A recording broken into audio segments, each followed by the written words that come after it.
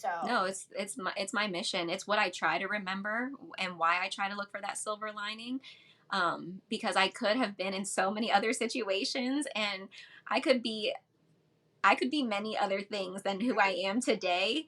And it's taken a long time, and I'm still, obviously, we're all still growing. But I am very happy with who I turned out to be with all of that. Again,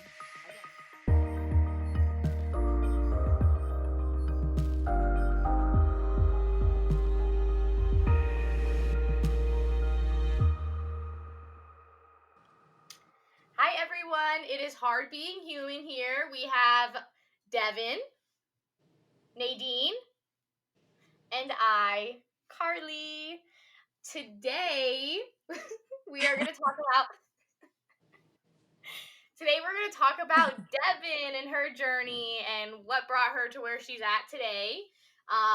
But before we jump into Devyn, I just want to remind everyone to give us a follow, subscribe, like, share, spread the word of It's Hard Being Human on our socials. You can find us on YouTube, Instagram, Facebook, Facebook, No. TikTok, and on those platforms we are postpirations. And then if you want to check out our Patreon and maybe subscribe and be a member, find a membership that works for you, It's Hard Being Human. So check out Patreon as well if you'd like. thank you, Now, Carly. yeah, Yay. Devyn, let's hear it. I really have been dreading this day. But no, I have my two favorite people with me, so it's gonna be okay. Once upon a time, there was a little Pisces girl. Born into this world. Huh?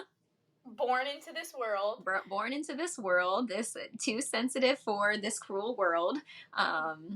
But no, I was born in Florida. I feel like I want to kind of divide this episode into, obviously, Florida, Texas, and California. Like, what other way should I divide my life up into chapters? And I kind of wanted to start just like, I am the daughter of Gary and Melanie Russo. It is my gift and my curse.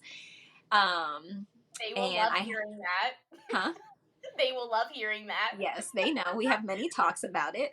And I am a big sister and a little sister. So I feel like that plays a major role in one's life. And so me kind of being like the middle, I feel like I'm always, syndrome. I definitely have middle child syndrome. I'm also like, I feel like the glue. But then, I kind of have a modern family. So growing up, my dad was previously married, and I got a beautiful big sister out of the deal. And, granted, whatever we went through in our childhood, now I love her mom. Like, she's like my other mother. And it's just a really modern day love story. But that's kind of how I was brought up, is that sometimes my sister was with us. So then I was like back to the middle child. And then other times my sister was with her mom, and she has another brother and a stepdad, and now she has a wonderful boyfriend, her mom. And so we're just like this one big happy modern day family. But growing up, it was just weird kind of adjusting to like being the middle, and then also being then the big sister to an annoying little brother, and kind of feeling like, okay, am I the oldest? Am I not the oldest? And so that's kind of like the foundation, I feel like, of just my home life and what it was. And mostly it was me and my brother. And he drove me crazy. But in elementary school, we had a nice little life. My dad ran limo companies all my life. And so we were definitely like spoiled. People thought we were like the rich kids at the school that we went to, and people gave a lot of my friends their first limo ride. I don't know if you remember those days, Nadine. In Orchard View. Shout out to Delray Beach, Florida, where we grew up. But yeah, a lot of my friends. I do remember those days, but my first limo ride was probably at the age of 3 or 4. I was a flower girl. I was a repeated flower girl throughout the church. I graduated from the ring bearer to the flower girl to the bridesmaids to I've never been a maid of honor, so I guess Devyn will have to get it together to make me a maid of honor. But I've been in. I need to get it together. You'll be maid of honor. Excuse me? What makes you think you'll be maid of honor? It's not a think, it's a fact. We'll see. We'll Anyways, see. anyway, Hold on. maid of No, honors. let's address this so Carly doesn't have any false hope. Devin, can No, you let Nadine, Carly this know? episode is I'm about I'm this. not going to do this. It's Tuesday. I'm not doing this. Devin, can you let Carly know? I listen. I start trends. I don't follow them. Listen. Can you let Carly know that Oh my not god. to look forward to any type of maid of honor like activities and or placements? It's best if you let her know now so she. So I definitely don't think I'll have like a traditional wedding. So just putting that out there. Now I do want like a bachelorette party. So but I feel like you guys should be I co-bachelorette-ers. don't share any platform. I'm not sharing any platform. With that being said, if you want Carly, you can have her. You can have Carly. I share no platforms. That's Oof. right. Okay. Well, let's Okay, let's let's let's go work. back to Devin. Let me pick a boyfriend I actually like, and then Yeah, let. No, good no, for I don't want to me. pick a boyfriend because I picked you before I had a boyfriend. I need you to let Carly know on this platform that she is not a contender. Nadine, this episode is about Devin and her And story. Devin is addressing who her maid of honor is going to be. Now, Devin, let her know. I would like our viewers to, real quick, let's just take a moment for them to see now why these episodes are so long. Because it's hard to keep Nadine in line of what we're Last supposed to I Yes, talk checked, Nadine, about. Devin was you. on the verge of telling her story. Carly interjected, and which stopped me, and I had to prove a point. So let's not go there, It's Carly. your fault, Carly. It's your fault. Don't You you know? always interject, and I have to correct you. Go proceed, Devin. Okay, so we'll talk about that at a later date. No, I don't want to talk about it anymore. Carly can have it. Nadine. I don't want it. Carly can have it. I'm So, not even going anyways, to comment. I grew up in the limo business, and so I had a father who was, the ups and downs of owning a business.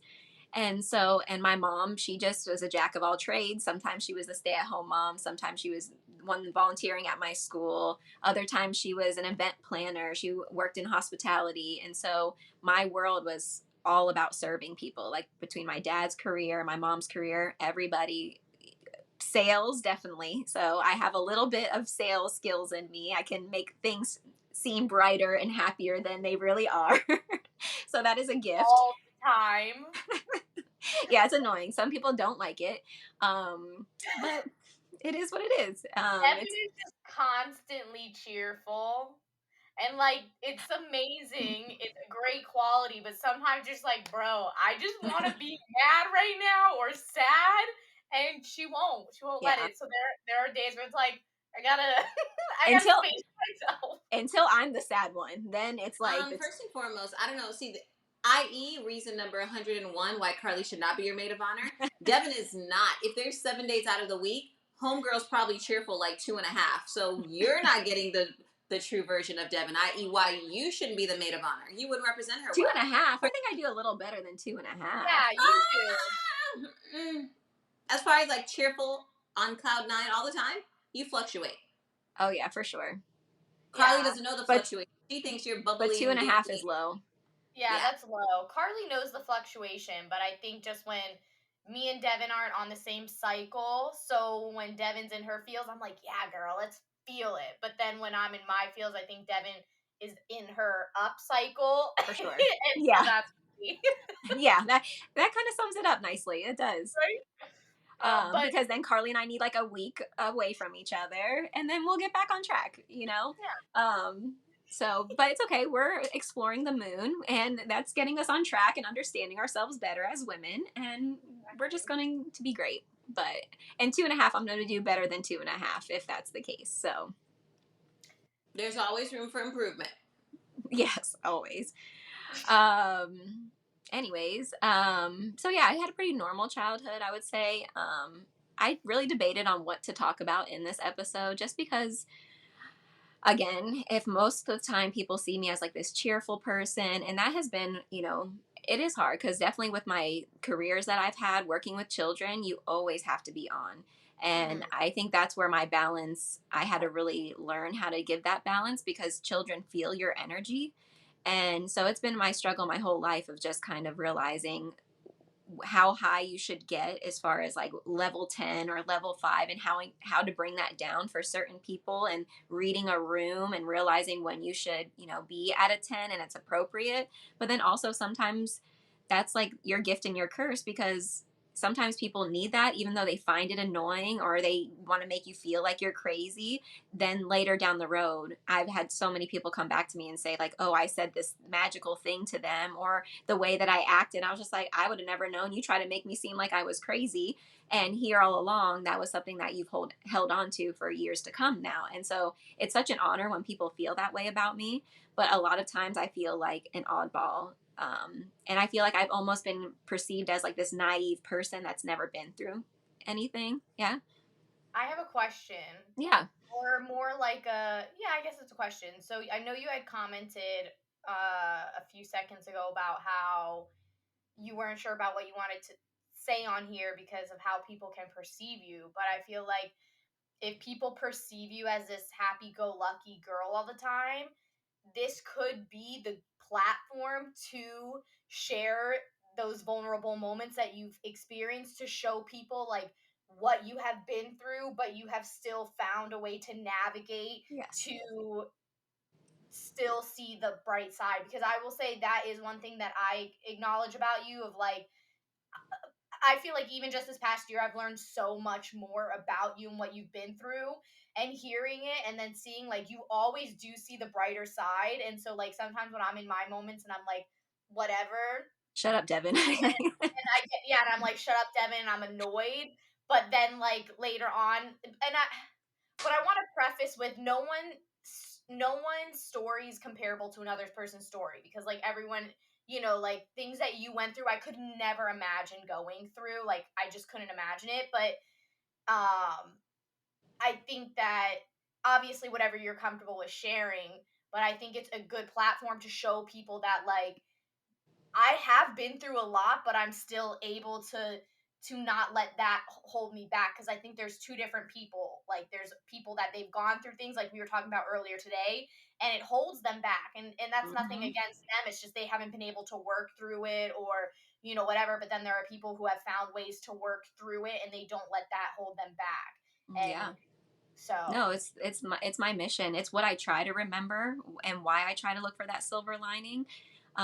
Because I could have been in so many other situations, and I could be I could be many other things than who I am today. And it's taken a long time, and I'm still, obviously, we're all still growing.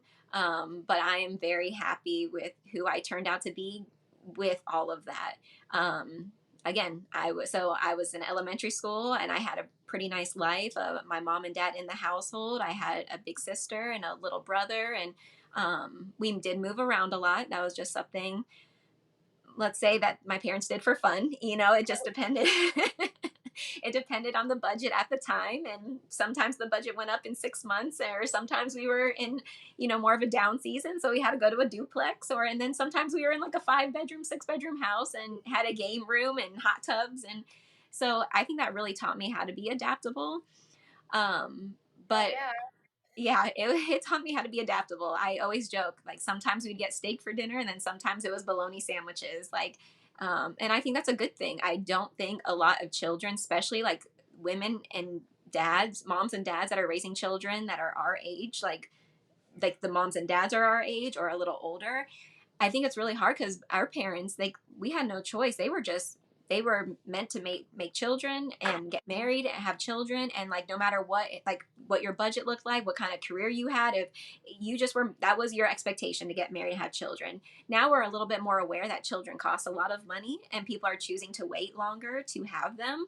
Um, but it's hard because when you've struggled, you don't want to see, like, as kids we struggled, but then when you have kids, or when I have kids, Nadine and I talk about this, like, we how do you make your kids struggle when you work so hard to make sure your kids didn't struggle?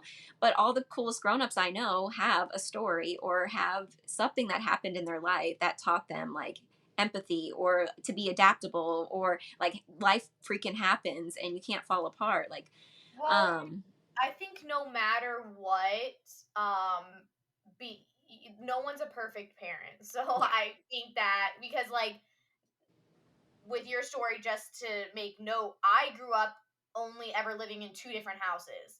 My whole, like, the second house my parents still live in, Yeah. but there are still things that now looking back, I'm like, oh, like, Mhm. like, because no one's perfect. We do the No. best that we can do with what we have at the time and the tools, and Yes. like, even Yes. like, say you have two children, your firstborn and your secondborn are gonna know two Hmm. different versions of you, because Yep. one, you mature, you grow, you learn things. So your firstborn's gonna see this new parent mom not knowing what the Yep. heck to do, and then the second kid's gonna get this other version that's like, okay, I kind of have, so Yeah. trust me, I think we'll all give our kids plenty to have to work through and Yes. heal from. No, it's so true. And I want to make that very clear, like with my story, whatever has happened to me, like it's for me. It's my journey that I had to have.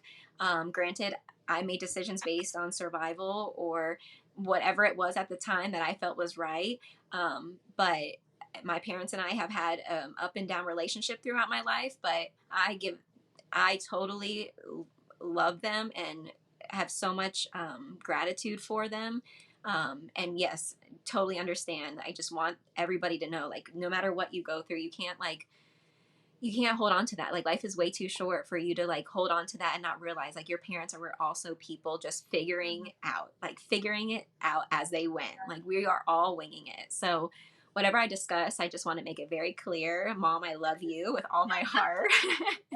And it is like, some of the things I'm talking about, it might be rough to hear, and I'm hesitant about sharing some things, but like Carly said, like, you don't help people by being quiet. Like, you heal so you can heal others, and the world would be a better place. And like, I really hope that. I really, really think it takes just one person. Yeah. So yeah, I had a pretty good elementary school life, and we moved around. We did move from we lived in Florida, and then we went to Atlanta for a little while. And I loved my life in Atlanta. Like, I remember all four seasons, and Halloween was a big deal, and my cousins and my aunts and uncles were all there. Like, everyone left at the same time. And then slowly my parents had to start taking care of their parents and be like the son and daughter they wanted to be and they could live with, and they all both of them took care of both of their parents each. So that's a lot of stress for someone taking care of their parents but then also raising children. And so once we moved back to South Florida to just be around all the grandparents. And my dad had his limo company, and we lived in a nice little gated community. And but then moving to South Florida, like, I don't remember it as a kindergartner, but then we went to Georgia until about fourth grade, and then we moved back to South Florida.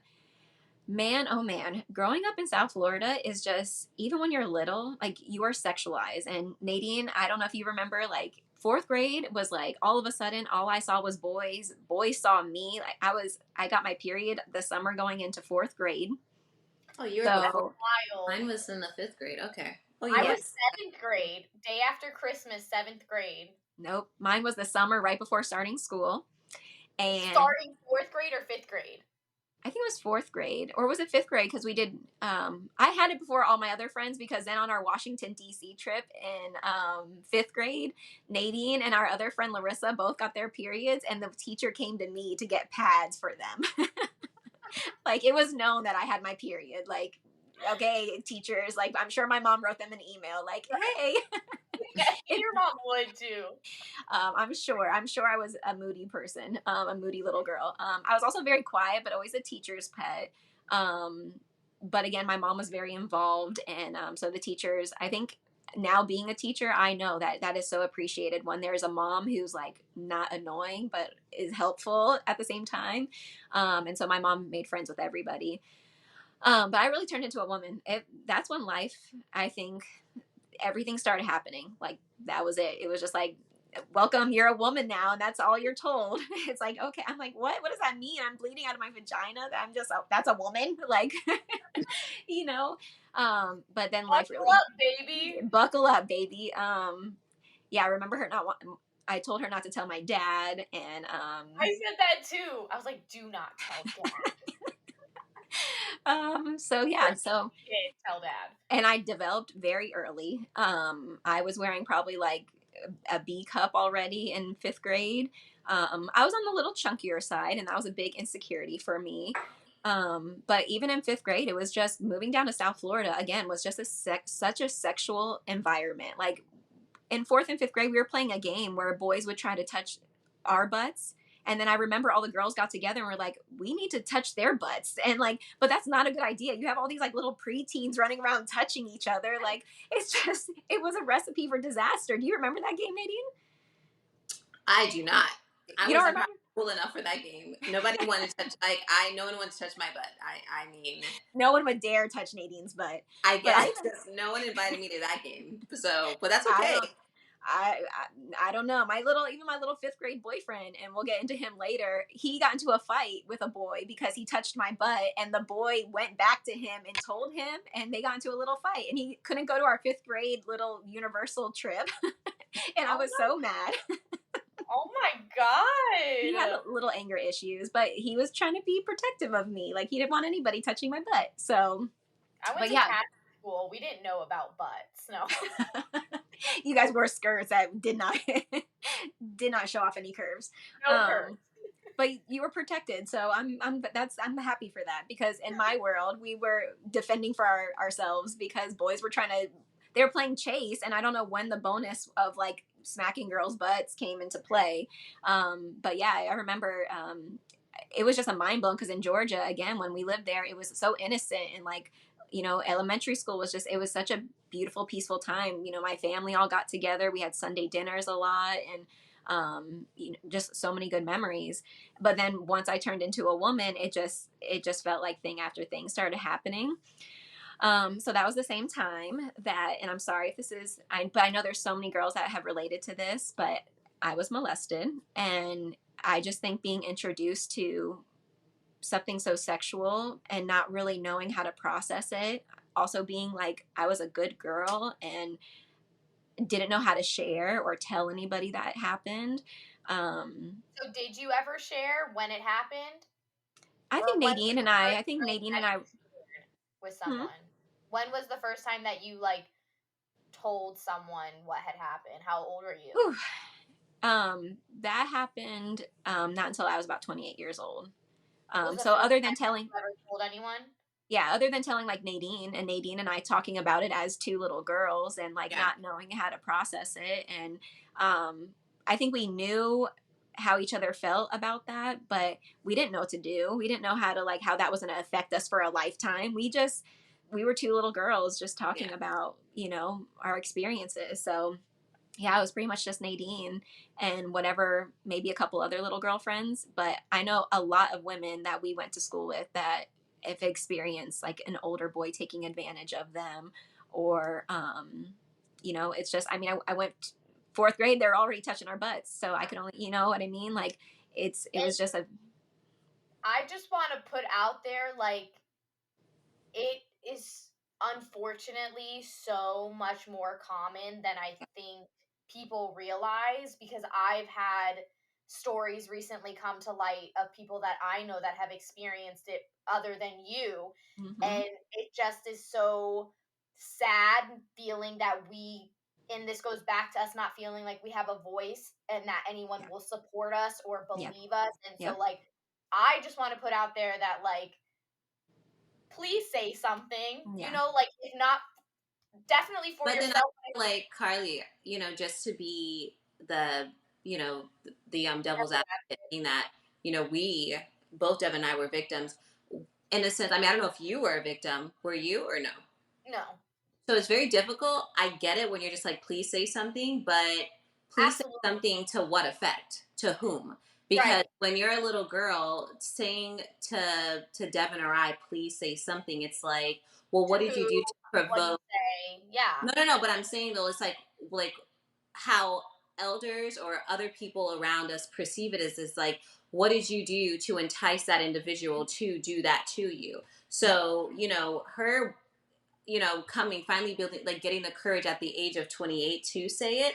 It doesn't mean that, and once more, I'm not coming down on you, but it doesn't mean that she didn't want to vocalize it at a younger age. It's just like the criticism and the way that the world perceives you and the way that the world invites you. It's not necessarily like, oh, come sit down and tell me everything that transpired with you. It's more or less like, were you that little girl wearing the V-necks, or Mhm. like, were your pants too tight? Did you, like, Mhm. find yourself in the corner with that boy? So No, I know I it's just like, agree. please tell somebody, but oftentimes, as you know, having a vagina in Mhm. itself is a curse, because it's throughout. Whether you're a kid, Yeah. whether you're an adult, women get sexualized.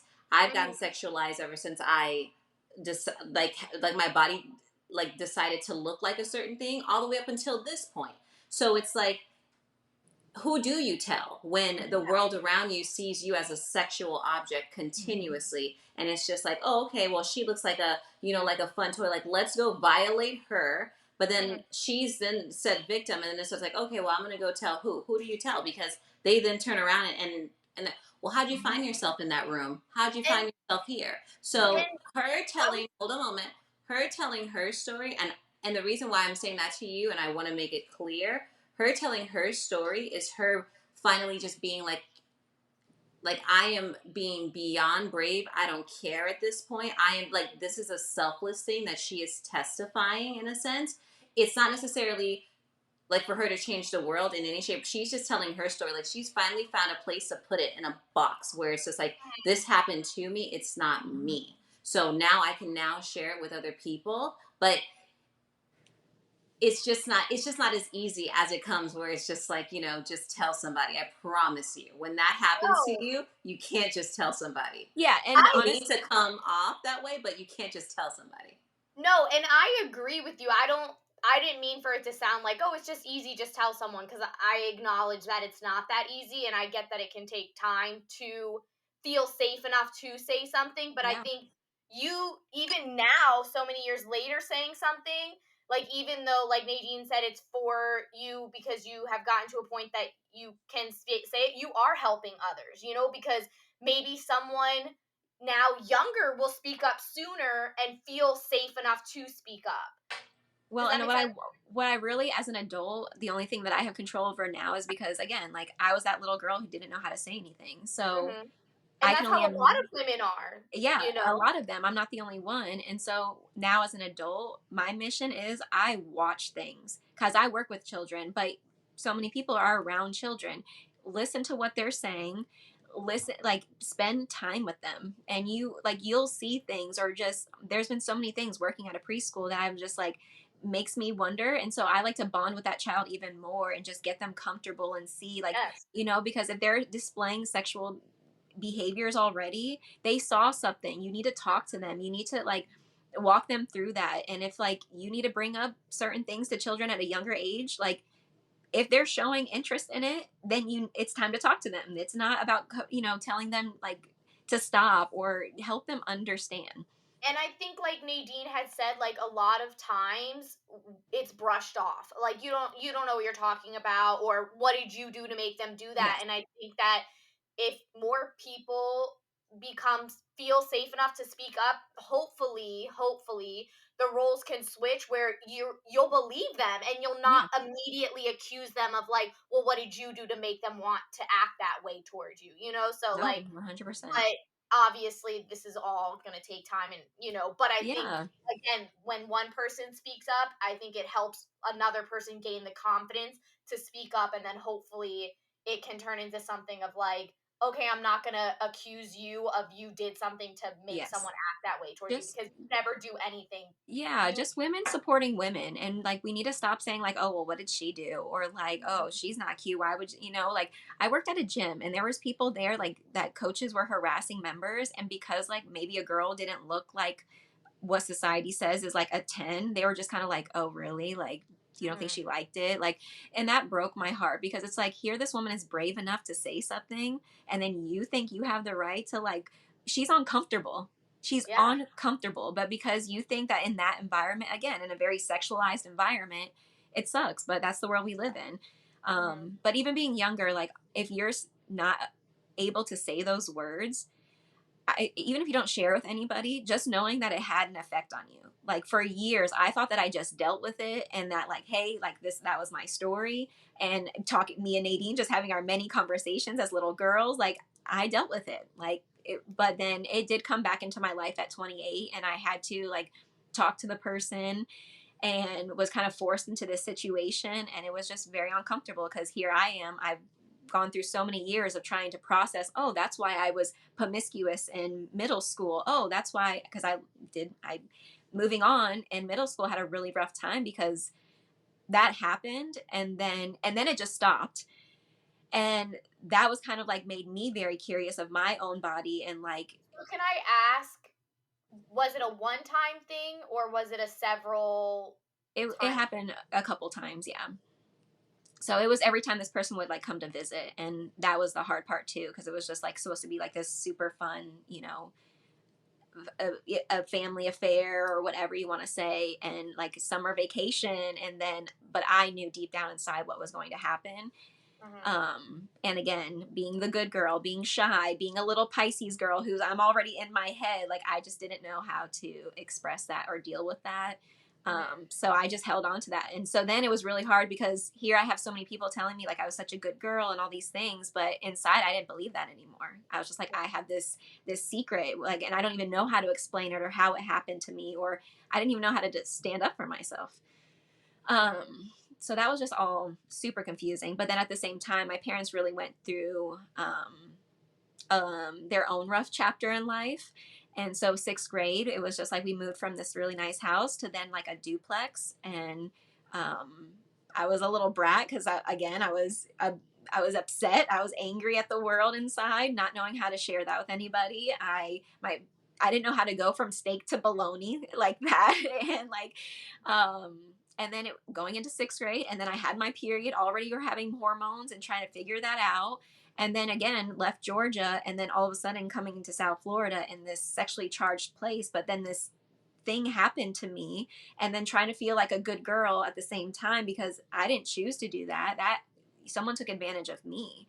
Mhm. And but then that made me very curious about my body, and then wanting to get boys attention, like for Mhm. sure, like that was definitely very important to me in middle Yeah, school.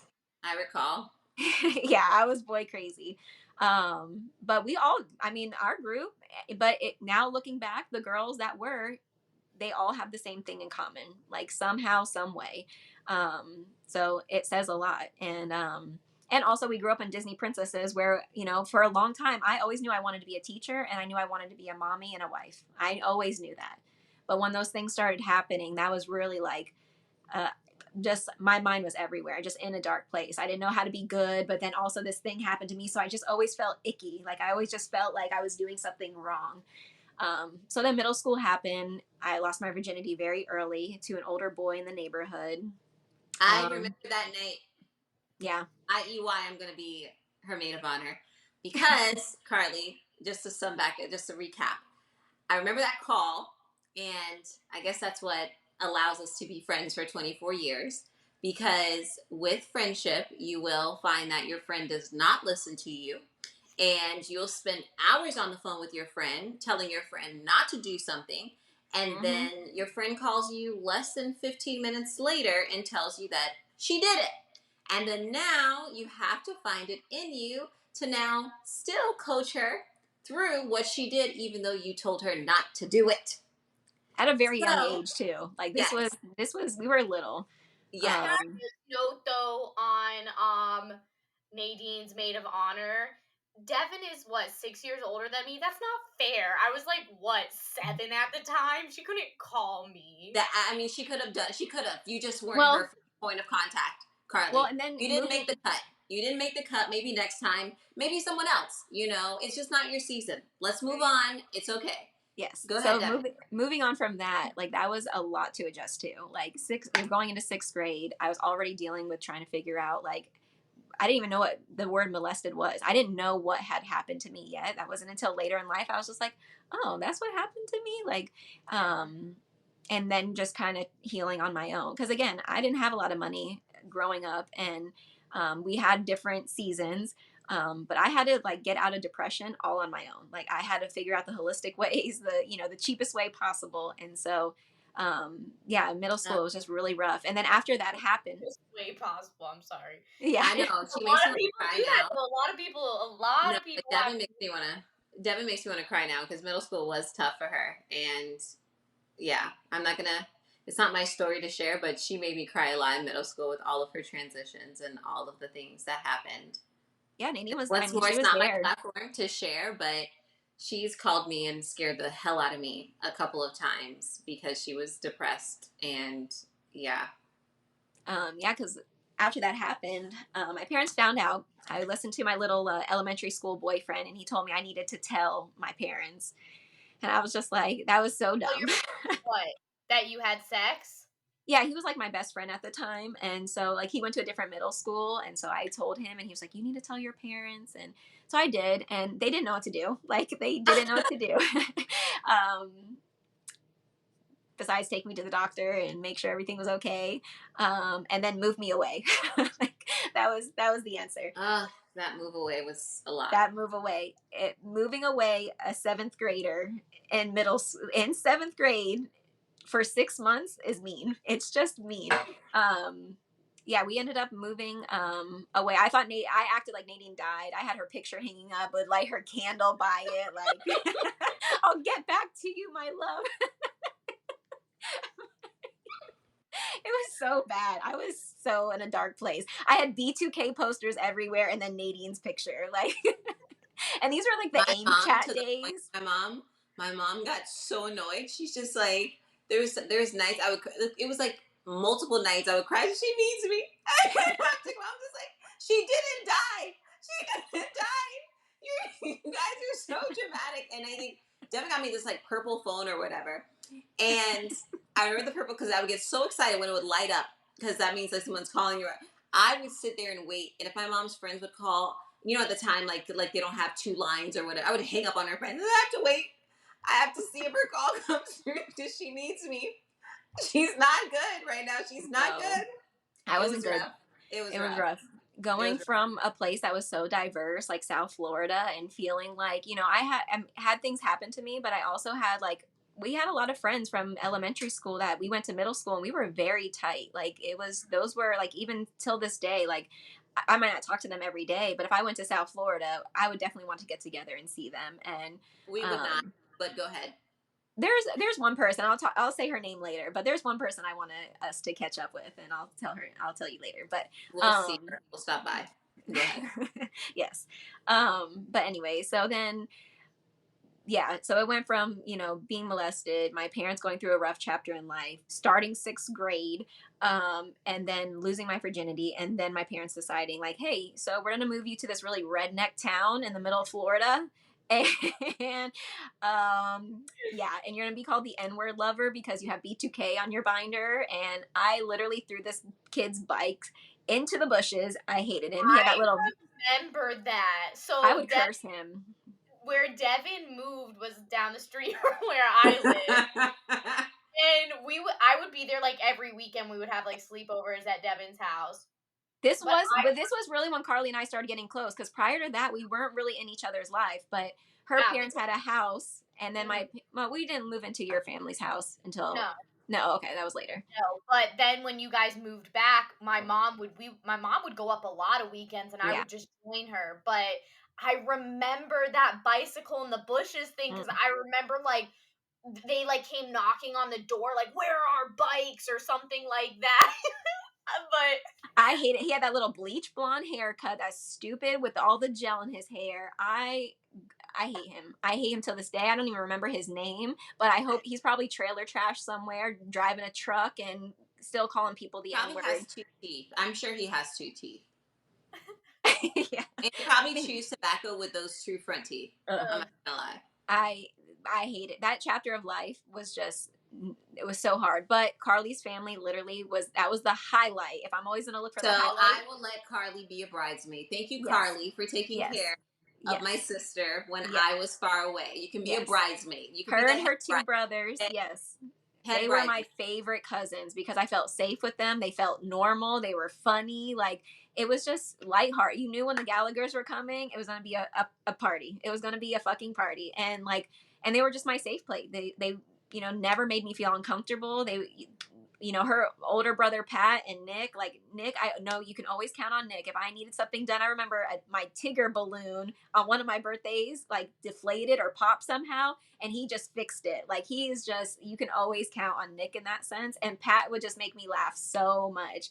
Like, I like Pat. I met Pat and Nick. I like Pat. yes, That's you did.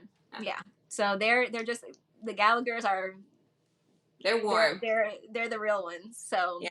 yeah, if it wasn't for them, I would not have made it through that little chapter of life. And even later, like, because we ended up getting closer. But so then we moved, we had that whole little 6 months of being so dramatic. And I was really in a dark place at that time. Like, I really was. Like, I just didn't know how to process everything. And then being away from my friends and this redneck little town, bleh, just, I didn't know how to deal with it. So I was not a very nice hormonal teenager. But then in 7th grade, I moved back, and I guess, that was okay. I guess I got a 6-month punishment for having sex too early, and then they just brought me right back. The sex, by the way, that who told you not to have? You did. Okay.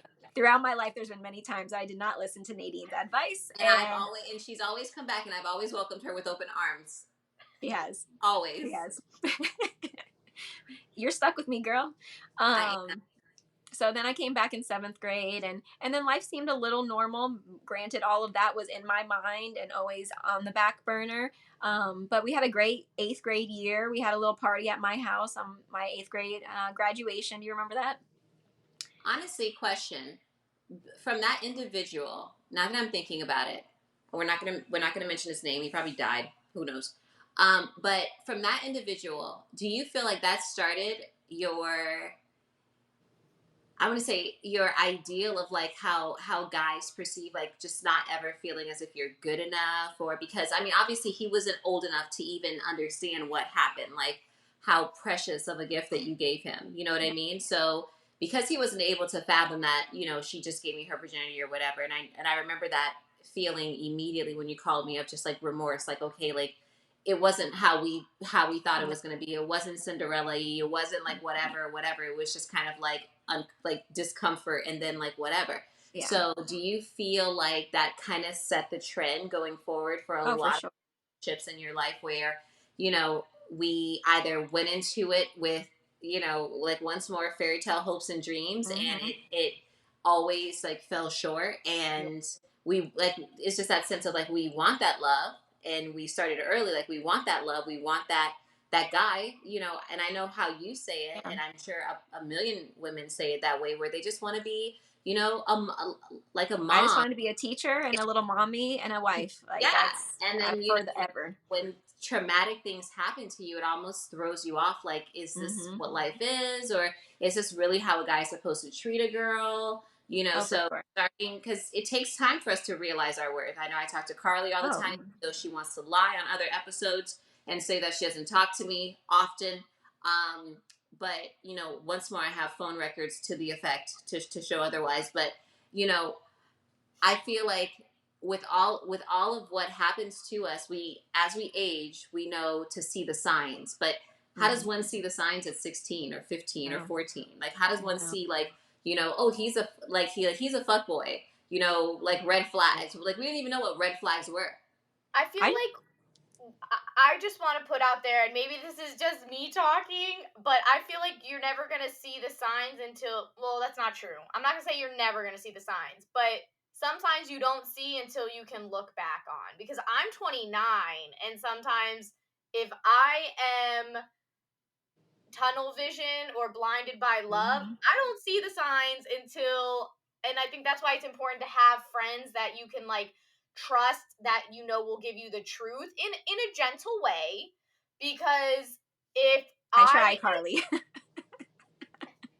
I'm the gentle one when it comes to Carly. I will say Nadine knows how to talk to me when I'm in a mood. I brought you guys together. I knew this magic was going to happen. So let's just put that out there. But I think it's important to have friends that can help you see it, because when you are in the moment, if you're blinded by that love or whatever, you have that tunnel vision. Yeah. It doesn't matter what age you are. You're not going to see the signs until you are pulled out of it. I respectfully, actually, I don't respectfully disagree. I disagree hardcore, because Carly, The girl that you are when you're 16 is not the girl that you are when you're 29, my love. At 16, first of all, your emotions are imbalanced beyond the point of Yeah. repair. That's number one. Number two, you feel like high school is never ending. Like that is your life. That is like it, like there's no tomorrow. Us at 29, 30, 33, we can be like, you know what? This is a season or whatever. Like we can isolate ourselves. We can self-soothe.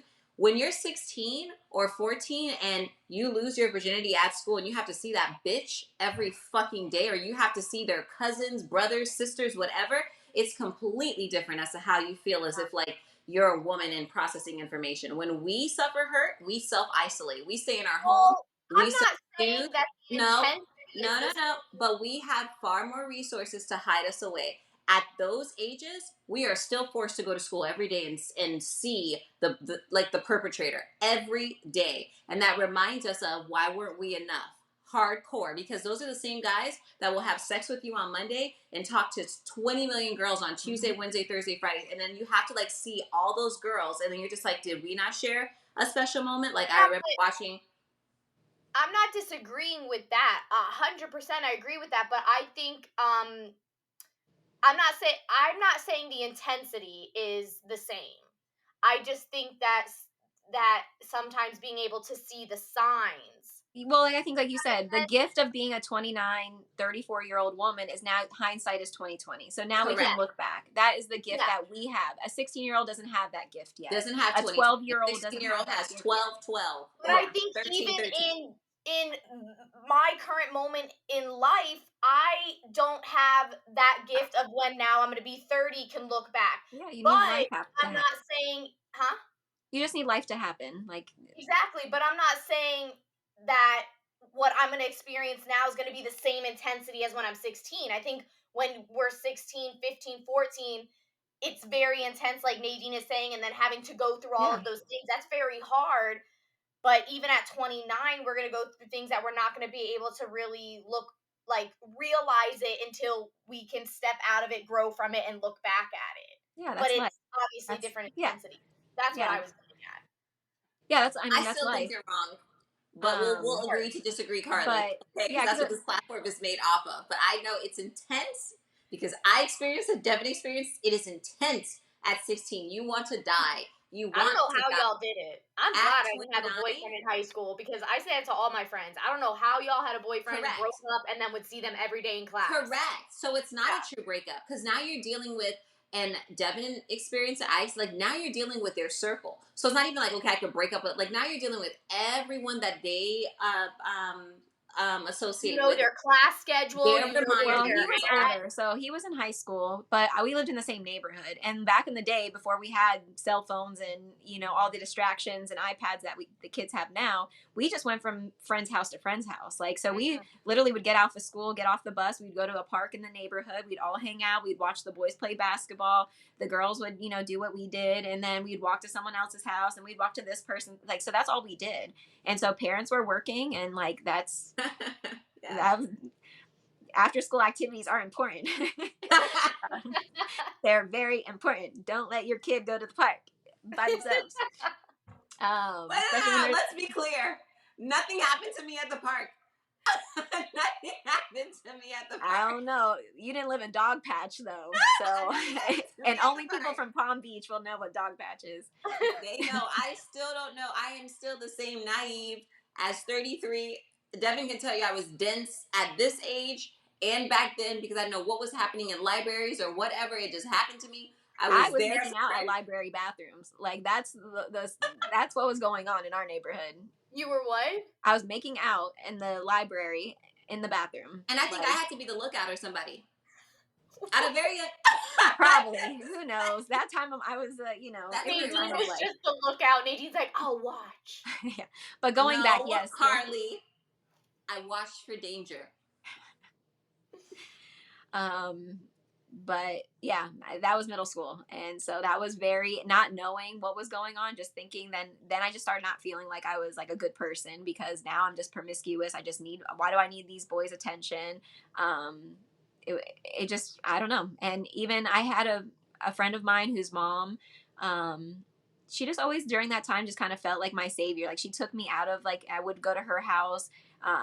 my friend played soccer, and so I would, like, when they would do little travel teams and go to different cities in Florida, I would go with them. And so there was just like, there was people that I've had along the way that, even though these things have happened to me, that have taken care of me and had my back. And even with like not being able to fully express what was happening to me and how I felt, because again, my parents were going through their own life struggles and different seasons. And so it's really hard when parents are going through their own learning experiences and they're going through their life, and then also to balance children, and then for them to not know all these things going on to me and how it affected me as a young girl, my self-worth, thinking that I thought that I was just an object to men. Like, that was my duty, was just to, like, as long as you're sexual to men, they will want you. And I feel like that was a huge trend in my relationships. As long as you could provide that, then yeah, you'll have a boyfriend, you'll have someone that loves you, and that is not true. Yeah. So then that, so You yeah, can be the biggest porn star, and they will still and they'll stray. still cheat. They will still cheat on you. They will still. It just. I wish we didn't live in a culture like that, because, again, I always like. I love that women think that, like, being free with their bodies and showing butt cheeks and like all these things that they call freedom. Like, I know people are going to disagree with me when I say this. Well, they can disagree. I will co-sign with you. It's not freedom. You're selling It's not ass. freedom. Not freedom. It's You're not just freedom. It's selling what ass. men want, and it's what gives them power over us, because they can pay us some money, and that's how we can make the most money. If I stopped being a preschool teacher a long time ago and went on the pole, or went to be a bartender, or went to be a server, and used my looks, used my butt, and all the things that I have going for me, I could have made a lot more money than having my Take little. that man's money. Take that man's That's not money. freedom. That's not That's freedom. not freedom. It's not Because I'm not freedom, saying though. it's freedom. huh? I said I didn't say it was freedom. I said take that man's I know, money. but when you've had sexual trauma in your life, that was a constant battle in my head of just like, how do I put myself in these environments that I'm going to get sexualized, but then I'm also going to get blamed. And my heart couldn't handle that, being that I had this sexual trauma from my past. I didn't know how to be like, maybe that's why I wanted to be a preschool teacher, because I was mostly surrounded by women. I was with children, and I knew I wouldn't be hurt. But if an environment where I had to work with men, no. And Like, check with Devyn. Like, Devyn, literally, one of her traumas, and it wasn't until like I went to Michigan with her, and I didn't even realize this. Like, we were at a strip club, and I've never seen her shut down the way that she shut down. I was just like, for me, a strip club, I'm just like, okay, cool. We go to like a strip girl, let her do her thing. Like, God bless. Devyn she shut down. She was just like, this is bad. Like, this woman is like, and I'm just like, Devyn, it's not that serious. Like, why are you in your head? Like, oh, she's an object Nadine. And I'm like, who cares? She's making her money. Why do you care? And it wasn't until I put two and two together where I'm just like, oh, this has nothing to do with this particular situation. Like, this is like a long-term thing where how it was just like women being like objectified. Me, now I'm able to separate the two. Where it's like I can go to a strip club and separate, but Devyn shut down where it was just like, I don't want to be here. I don't feel safe here. I have to go. I have to go. And meanwhile, I'm just like, what's the big deal? It's a strip club. Like, well, this it was also other things that I picked up on. Like, that group of people that we went to were not good people. The husbands were all cheating on their wives. They were passing coke around. Like, the people around me, I felt all of that, because I've been in strip clubs before. Like, on one of my Meanwhile, I birthdays, didn't notice anything, Carly. By the way, because Devyn is the. I told That's Nadine why everything. I was like, travel with her. Nadine, he's married. Watch out. Like, and she's like, I have tunnel vision. Like, I don't see these things until Devyn no. says, "Oh, did you I notice listened coke? to Where everything. there was coke there? Oh, I didn't see. I didn't see. I'm not. Speaking of coke, I went to a like there was this bar that we used to go to a lot, and then one of the guys who was always there invited me and my ex to his house for like a barbecue. So we're like, okay, we're like chilling, and all of a sudden they start pulling out coke and like doing lines, and I'm like, I want to go home. I feel like a child all of a sudden. I'm just like, I was like, oh, yeah, I was like, I want to go home. I really don't. So we like ate our food real quick, and we're like, oh, we gotta go. We're I'm gonna get out. the I fuck out of literally, here. Like, when they offered it to me, it was like it was on two. It was. I think I texted them and I was like, it was a lot for me because I'm not used to it. So when I like while I was, I'm not gonna specify whatever, but while I was in the company of people, I was like, I'm texting Devyn. I was like, what the hell? Like, these people are doing every type of drug. Meanwhile, I'm just having my what was I having? Like a wine cooler. I'm just chilling. And I was like, they're just like, do you want to smoke synthetic marijuana? No, no, I'm okay. Then the next one passes around. Do you want to like do Molly? No, no, I'm okay. The next one, like, do you want anything? No, no, I'm okay. I'm just gonna sip on this wine cooler, like I'm good. Okay, I'm coasting. And it wasn't until the night where I was like, Devyn, like this shit is like next level. Like people are popping stuff, and I'm just like, you know what? I'm ready to go home because, and oftentimes like they offer me like, oh, do you want to try? No, I'm gonna pass this time. Like, have you tried it? No, I'm just gonna pass this time. Yeah. Thank you though. Thank you. I don't like it. Like I just want to be respectful. Like Yeah. thank you. Okay, I'm just not gonna do it. Like, but thank you for offering. Okay, like next time. And and I just realized I was like, I'm not. This is intense. Where people and like go and they'll ingest, and once more to each their own. God bless. But for me, I'm like, that is a heightened level of I'm not happy with either my life or the current situation where I need to be, uh, in a chemically Toxic. induced state for Yeah. me to have fun. Like for me, I'm like, dude, how many drugs can one person have within the span of an hour to enjoy like a boat party? It's a fucking boat party. You It's should bad. enjoy the fact that we're on a boat. Why Yeah. do you have to ingest like all these things to enjoy? Like maybe boats are just not for you. I'm a South Florida girl. I'm having a ball with my seltzer. Yeah. Like if you have to have that many things for you to Yeah. enjoy, like Yeah. I don't know what to tell you. Yeah, and again, there's more things that have happened later in life that I realized that I had to hold on to so many secrets as a younger person that they started to make me feel dirty. Like there was a season of life where I was just like, oh, I enjoyed the secrets. It gave me power to know, like, oh, you don't know this thing about me, and I think that was protecting myself. But then later in life, I realized I hate secrets. I don't like that feeling. It makes me feel dirty. It makes me feel not safe. It makes me feel like I need to scream. Like if I don't feel seen or heard, you'll hear or see me. Like, But honestly, Devin, it's like a double-edged sword. You tell people your quote unquote secrets and you lose your power. So oh, for sure. in essence, like you tell a person that you feel safe with Mm-hmm. that, okay, I was molested or I was this or I was whatever, and you feel like, like you're like gaining your power by sharing your Oh yeah. experience, and that person turns around and they judge you off of it and or they Mm-hmm. hold it against you. So I feel like it's a double-edged sword for women on in any situation to share their information. Like Carly shared her information. When I did my like episode, I don't think I shared that with Carly because I'm not sharing everything with Carly. I'm not speaking to her because she claims that she's not my friend sometimes. But I shared it with Devyn, and I was just like, my mom watched my episode, and she stayed up to like 4 a.m. watching my episode. And her first reaction, Carly, she goes, I cried the entire time because it hurt my feelings that you never shared any of this information with me. I'm like, okay. Her second reaction is take it down. I'm like, why? Well, I don't want people to know all this stuff about you. But that's my story. I gotta understand like what she wants. But like it makes you look weak. Yeah. Or not. So there's a double-edged sword with like just as Devyn said, with sharing your story. Vulnerability.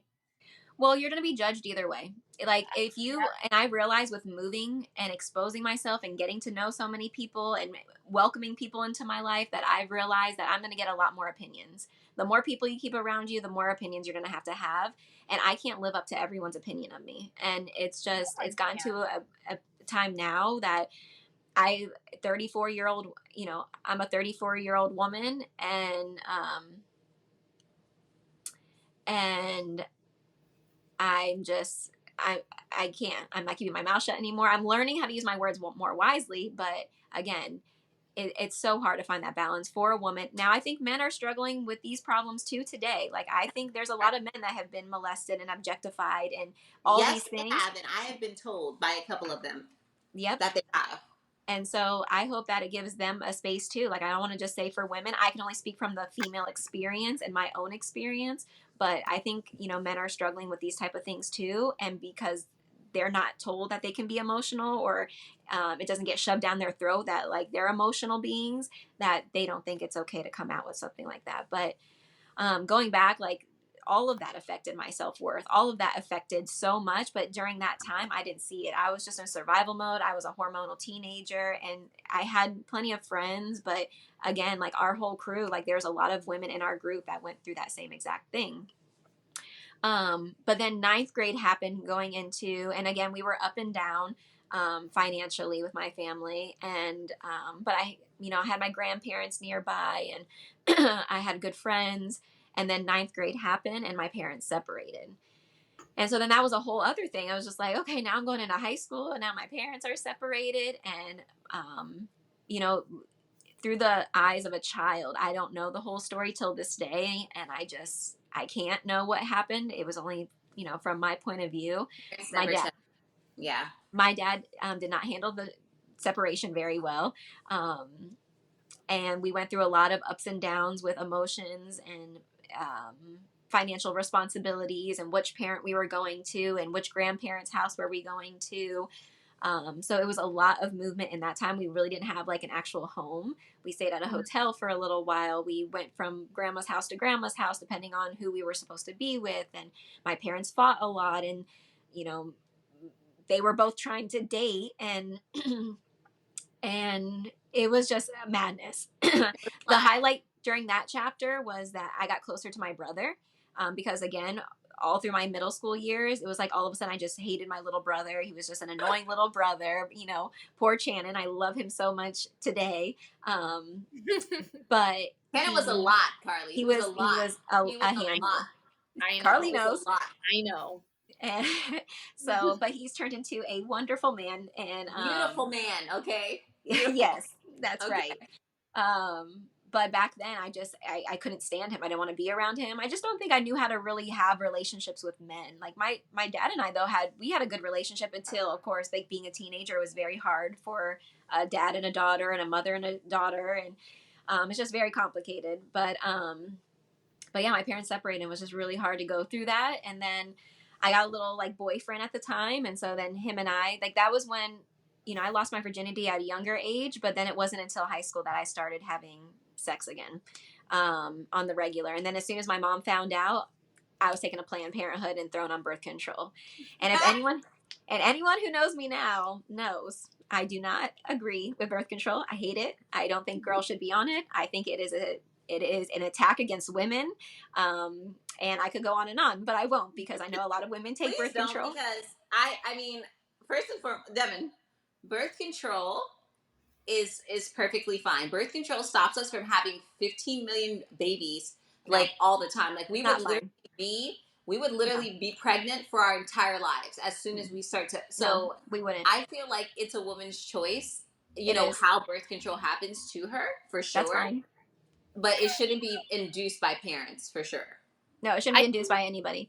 I think they make billions of dollars on just throwing women. Like they tell girls who want their regular periods, oh, put them on birth control. Oh, they got acne problems, throw them on birth control. Oh, throw them on birth control. And like that is a thing. They don't investigate. They don't ask you more questions. You're not given a hormonal test to find out which, whatever. Like, Well, I think in the sense of preventing birth, like I agree with you. But I was placed on birth control at 16.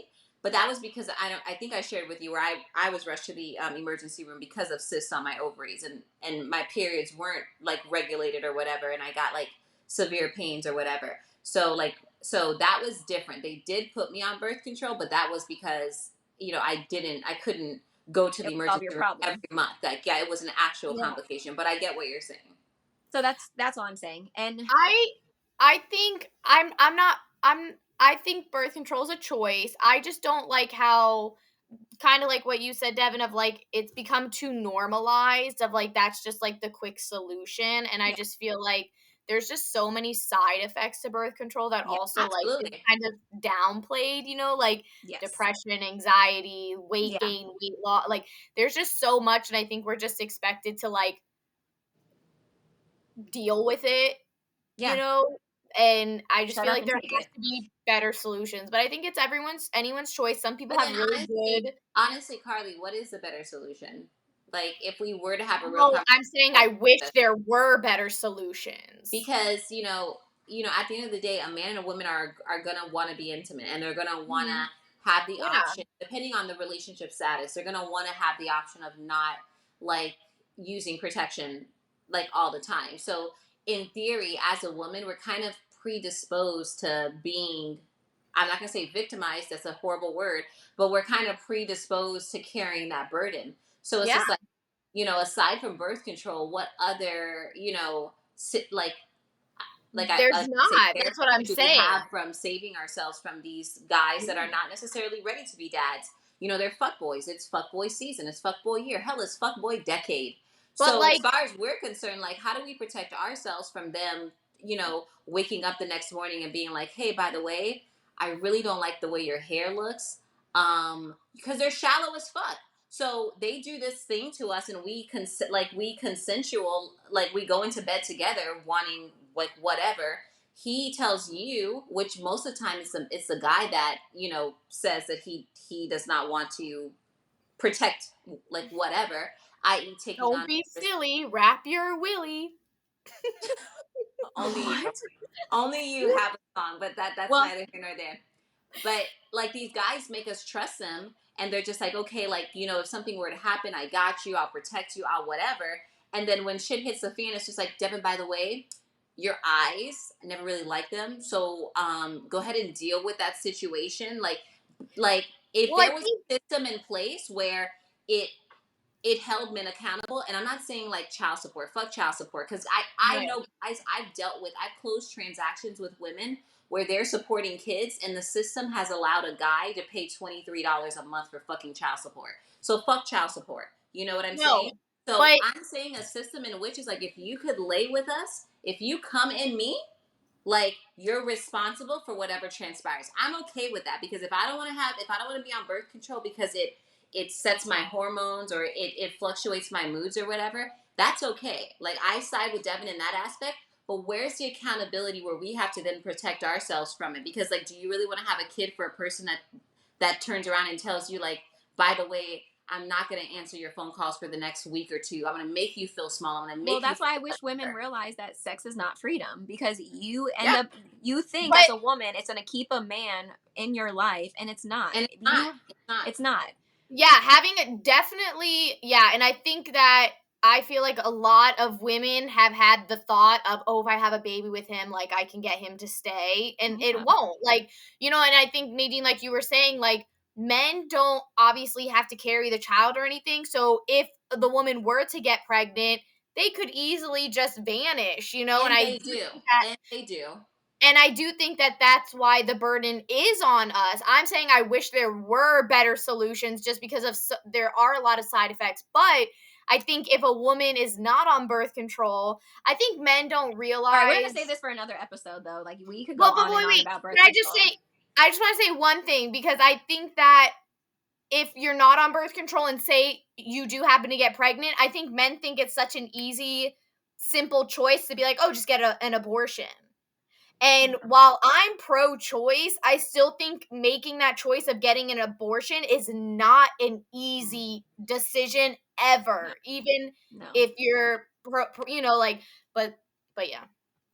I mean, Rant that could be over. a whole other Yeah, we're not. Yeah, where that could be. yeah. But That's anyways, a lot. going back, That's a I lot. was put Right. on birth control, and Yeah. I from my personal story, so I have other women experienced their own experiences, and that's fine. But I gained 30 pounds in high school and in a year from taking birth control, and my doctor at the time just told me I needed to exercise more. That's Devyn, do you know crazy. my doctor was a whole like he told me I started it was a week or two after I got married, and I was forced to take the shot, and I blew up like on the shot, like blew up. Mm-hmm. And he told me that I need to do better with my eating. I need to do I'm Mm-hmm. like, fuck you twice on a Tuesday. I don't need to do Yeah. better with anything. Like, why Mm-hmm. does he get to nut freely while I have to go schedule an appointment, disrupt my daily schedule, Mm-hmm. go get poked in the arm, be Get fat. uncomfortable, Yeah. and then gain weight, have acne, have all this shit, and then you turn around and tell me I'm the fucking problem? Like, Mm-hmm. dude. And that, I mean, it wasn't right what happened to you either, but I was 16-year-old girl like being told this, and I'm riding my bike walking home. Like I wasn't in sports, but I still walked everywhere. I loved walking. I loved riding my bike with my friends after school. So it was just like, for you to tell me that, what does that mean? Like, so then I just go home thinking like, great, I'm just fat. Like I'm just this little fat kid. So it all contributed to like not feeling worthy and hiding feelings. And because I was bulimic for a long time, and that was my way of controlling, not knowing how to control my urges, or not knowing how to eat healthy, and feeling like I was eating bad food though. And so then that's how I took control of that. And so it was really hard because I obsessed about the scale. I would go on the scale, I would do what I did, and then I would step on the scale to see if I lost any weight. But I didn't know how to get off birth control at the time. You're just told to stay on it, and your parents tell you to do it. And so then you're just like, okay, well, I don't want to get pregnant. Oh my God. Like, and so it's very confusing at that age. But then when I realized like gaining 30 pounds in a year is not, I was always, my weight always fluctuated, but 30 pounds in a year, like Nadine said, like, why were we blowing up and then getting told we were the problem? Like, no, like there needs to be another solution then. But there wasn't. And so then I did get serious. It was probably like my junior year that I started trying to lose weight, and I got healthy. I had a little high school sweetheart at the time and broke up with him because then I got my first real job. And then once that happened, you can't tell me anything. I got older friends. Like my friends were all in college or like in their 30s. Like my boss, all the people I worked with, they really, because in high school I was not a happy person. Like I had a little boyfriend, I had friends, but I don't know, maybe I was because I made everyone's cake for their birthday, and everyone always came to my house to hang out. But it was just I was not like a super depressed, like not a happy, optimistic, didn't want new friends. Like whoever was my friend was already my friend. But then once I started losing weight and I got that job, like I think those people taught me how to have fun and like to let all that stuff go. And so I really started to loosen up a little bit, like finally feeling like I could relate to people. I had 3 jobs in high school. I can relate to these Boca Raton kids with, Me Mercedes too. Benz. We worked.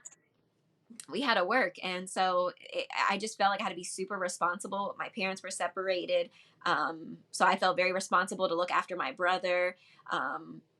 I felt responsible for paying my own little bills that I had at the time. I felt very grown up, and then that was just, I just thought like that was life. So once I started hanging out with all these older people, I just felt like I finally had like my people. Like they're relatable. They're going to college and they're having to work and they're balancing it. And then too, I was hanging out with all older people, so I would be able to drink. I could go out to restaurants and no one would ID me. I could just have my little strawberry daiquiri, and I thought I was living my best life. Excuse me. What? How old were you? Just want to ask. I was probably like, honestly, that was probably by the time I was 17, 18. So I want to say 16 because that was your first response. Shame on you, by the way. So go ahead. This is my episode. You're supposed to be honoring me, and I don't feel very No, I honored will not by honor you. I will question you because we love each other. This is 24 years, okay? Shame on you for drinking early. I waited. Go ahead. And look how that turned out. I'm the one with the watered down wine. I literally put seltzer water in the wine to water it down so I can like be a better person. So how did that turn out? Tito's, like hardcore Tito's. Yeah, straight to the head. I was having little strawberry daiquiris at restaurants with my boss and her and my coworkers. Like, ooh. Over at Brews Room getting chicken wings and strawberry daiquiris. I was drinking sugar. It wasn't even but those people really saved me. Shout out to everyone at Orchard View Elementary, the after school program, summer camp. Man, they turned into my family, and they really made me feel like I could be like somewhat of a kid, but then I also was given that space to grow, and my boss gave me a lot of responsibilities in the office, and so it just made me feel very grown up. But at that same time, my grandmother was sick with leukemia, and so my family was really going through a rough time during that, taking care of both sets of grandparents, in and out of work. Wait, this is the grandma in Boca? Yeah. Okay.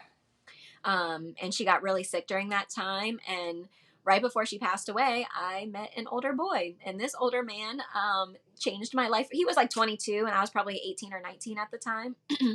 um, I need a letter, just the letter of the name. Holmes of Lawrence neighborhood. Got it. Yes.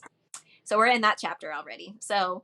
Um, so I He met was him. the worst, Carly. He was the worst. He was the worst. He's the Go worst of ahead. all. Go ahead. I love Sorry. that meme that says, like, why is the worst person we all know the boyfriend we had when we were 19? Like, it is He the was truth. the worst. He was the worst. Go ahead. Sorry. Do I know? Like, Do I know who taking this is? photos of Yeah, yourself? this is Yellow Mustang. Okay.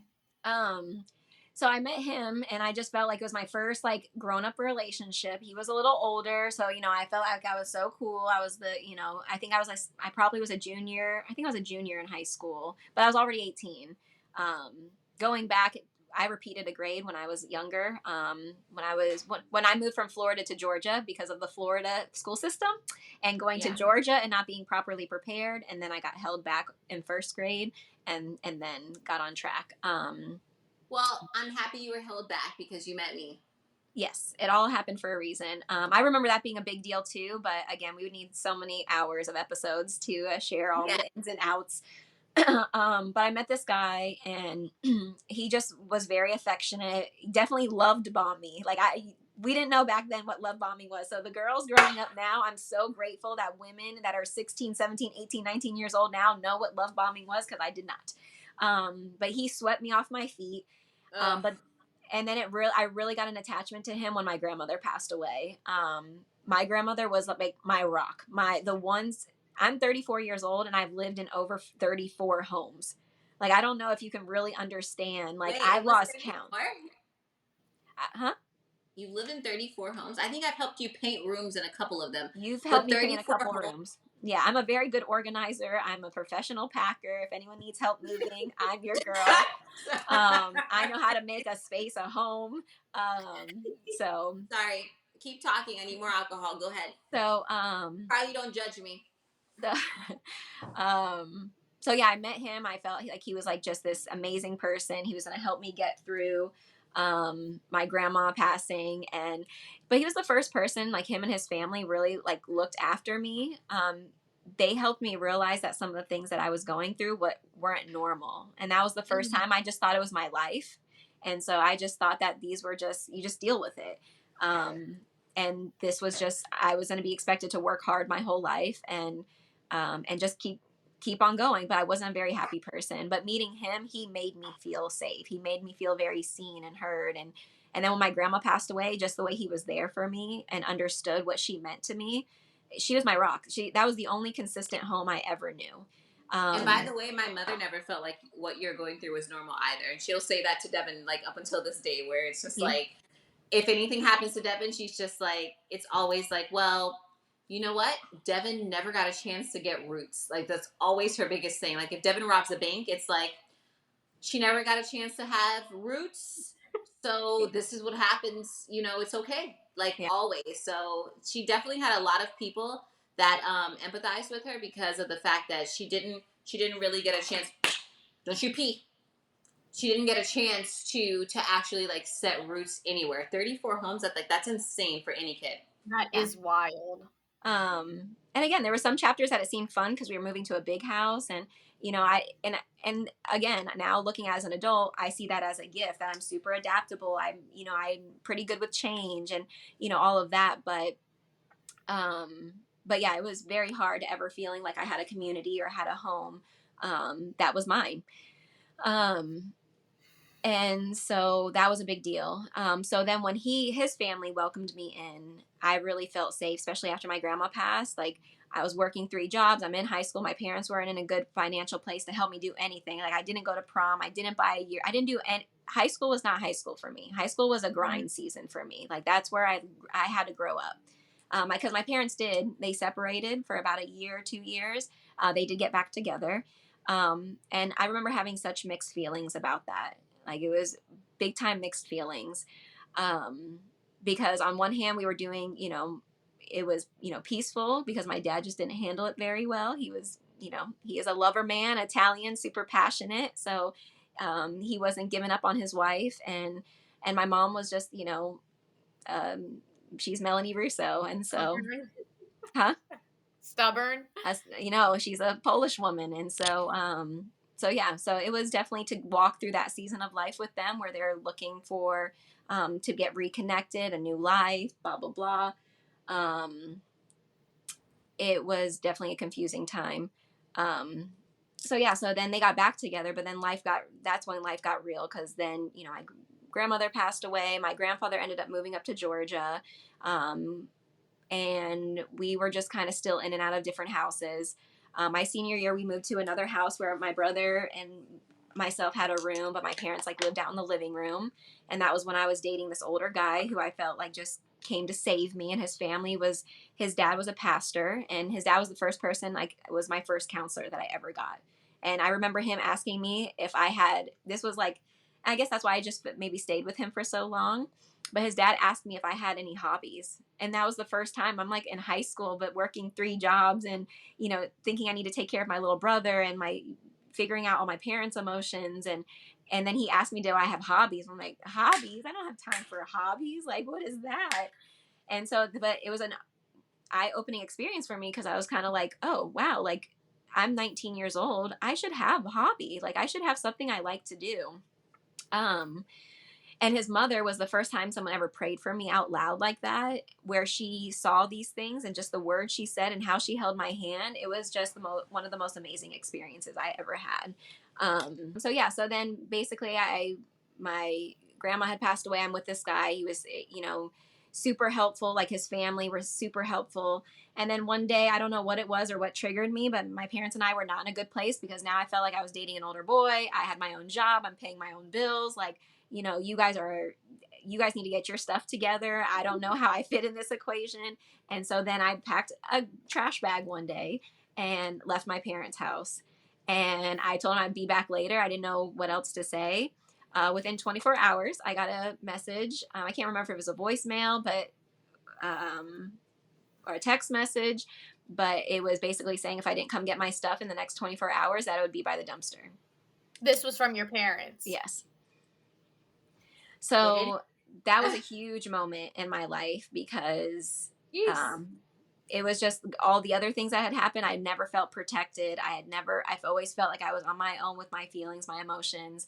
And so, but again, this false sense of knight in shining armor came along, helped me get all my stuff. I got a storage unit. His mom let me move into their house. And then that was my parents and I did not talk after that for a long time. I want to say that was right after my senior year had happened, because I graduated. His family was at my house with my family, and we all had a really good time. So I don't know what it was, and maybe it was me going to his dad for counseling and just realizing and putting all these dots together of oh, and being more open about sharing things, and people being oh, that's a lot of things for you to be going through. And then I started that made you move out, or that made your parents tell you had to get out? No, move out, because again, we were just fighting a lot. They try to give me a curfew all of a sudden. Again, I felt like I'm having 3 jobs. I'm paying for all my own stuff besides the roof over my head. You're going to give me a curfew? I don't know. I was very bold, and I had enough. I was tired. I was exhausted. I'm going to school and working 3 jobs, and I was like, no, you're not going to tell me what to do. So, moved out, and that summer changed everything. Carly, I was never that bold. Devyn was always I was never that bold. I never even snuck out because I was afraid that she would probably wake up. Devyn was I lived through Devyn. So go ahead. I definitely snuck in a boy at one time, and yeah, I was in them streets for sure. I lived through Devyn. Her situations are my I lived through her. But go ahead. So then so yeah, but then that's when the abuse started. Of course, they reel you in. They get you super comfortable. They make you feel very seen, very safe. And then once I moved in, I realized how often he was going out. And I guess when we were in our little honeymoon phase, we had went out. I would, get dressed up. We'd go out together. But then I realized how frequently it was happening.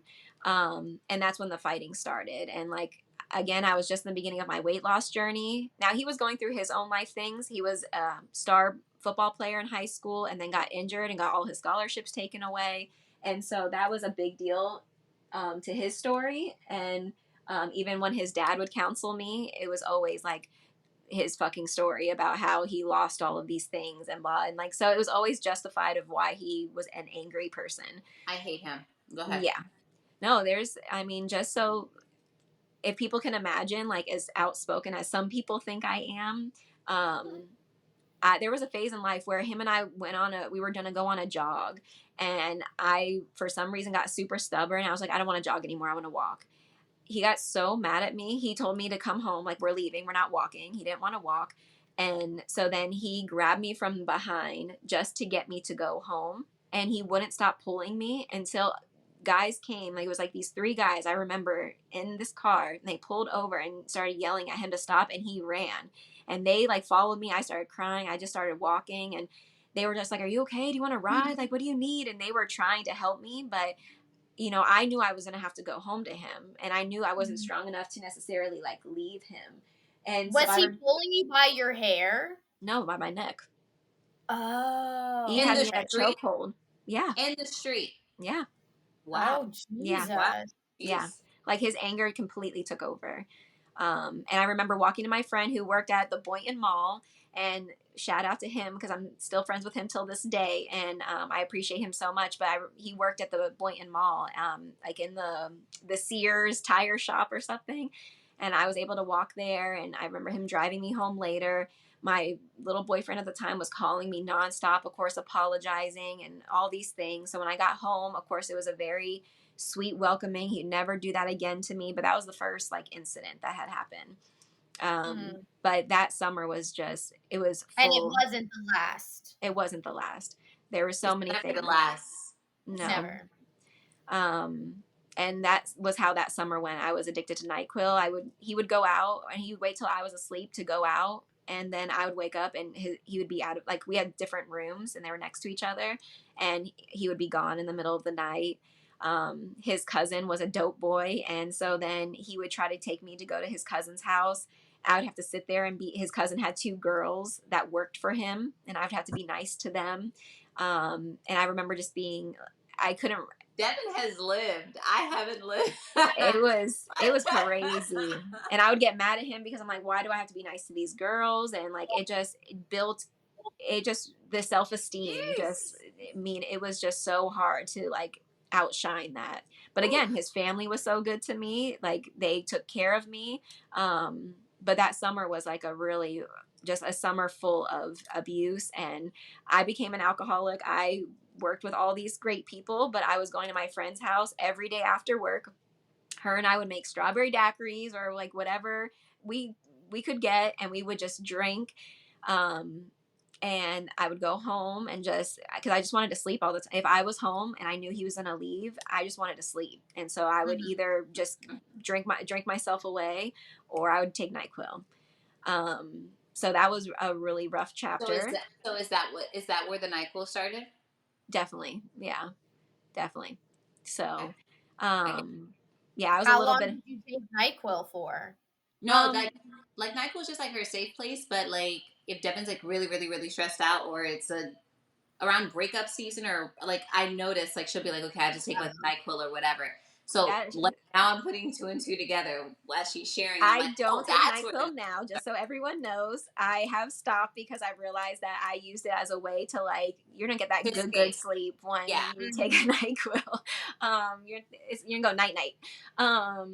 But no, I don't do it anymore. But I have. And NyQuil is fine. You can buy it over the counter. There's so many worse things. ZQuil. They have ZQuil. That doesn't have like. It's the same thing. No, NyQuil has Zebra. like the cold medicine, and ZQuil's just to go to sleep. They have the same ingredients. It's to knock you out. I'm gonna look it up. I don't know. You go ahead. Ask. You guys are getting off topic. But go ahead.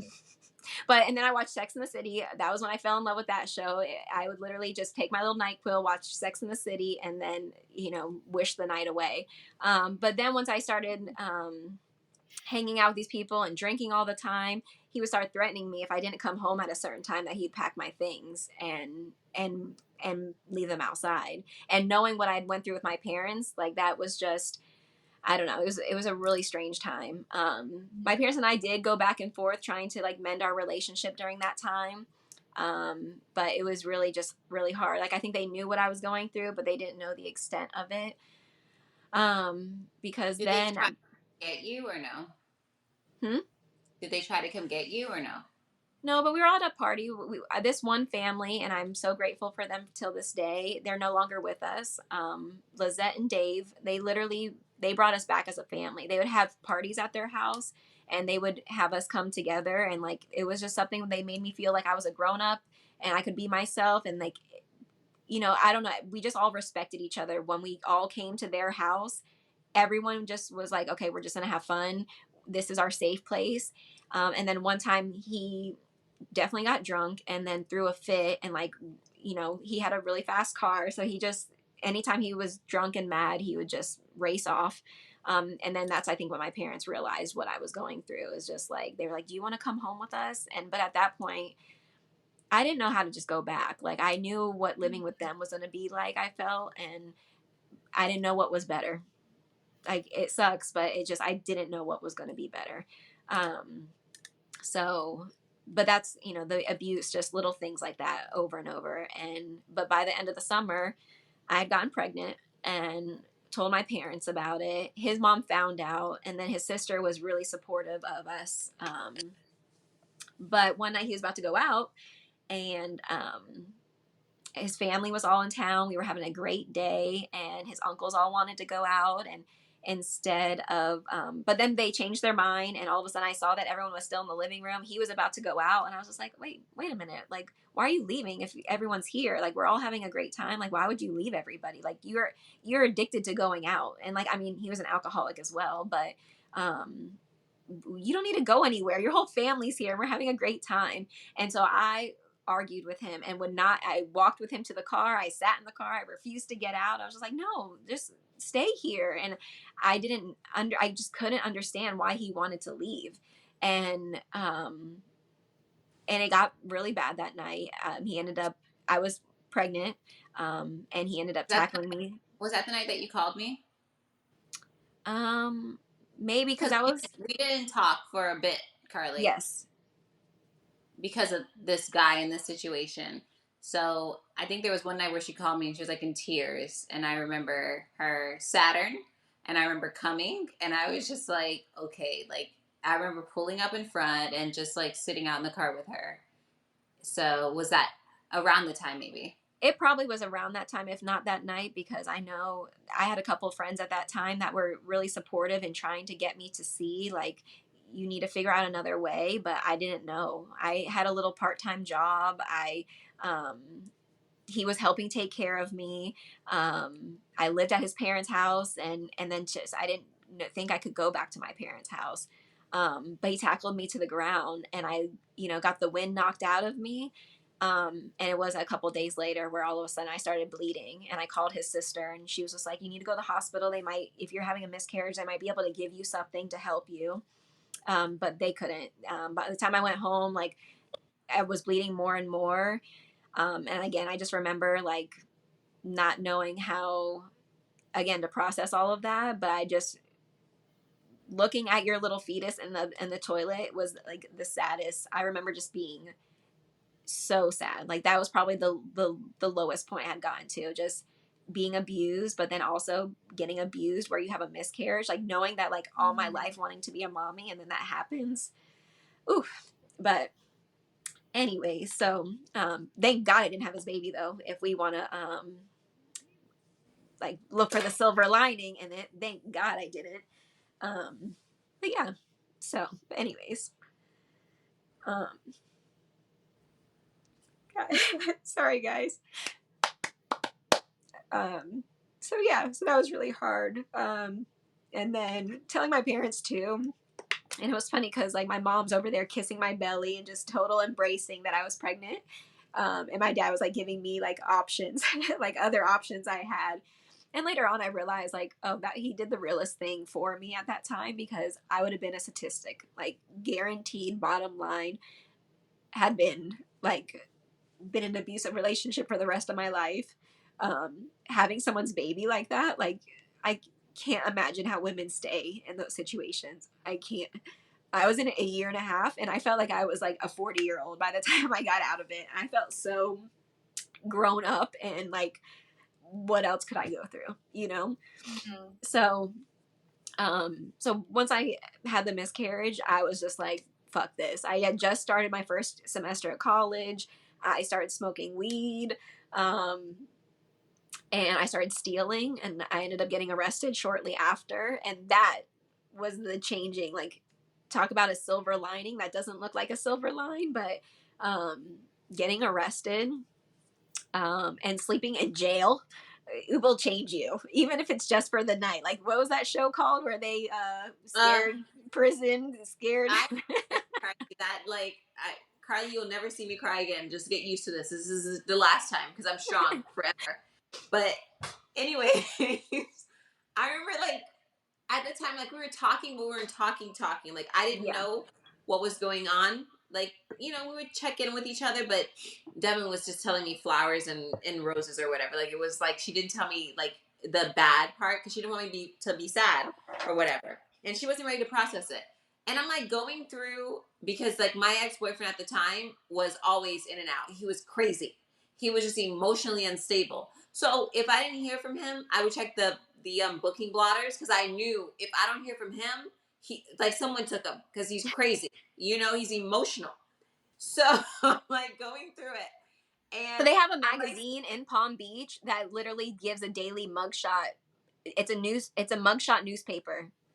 and I'm like going through it, looking for him because he didn't answer the phone. But his situation, he was out being promiscuous, slept with a girl. Like, yeah, he was cheating, but that's neither here nor there.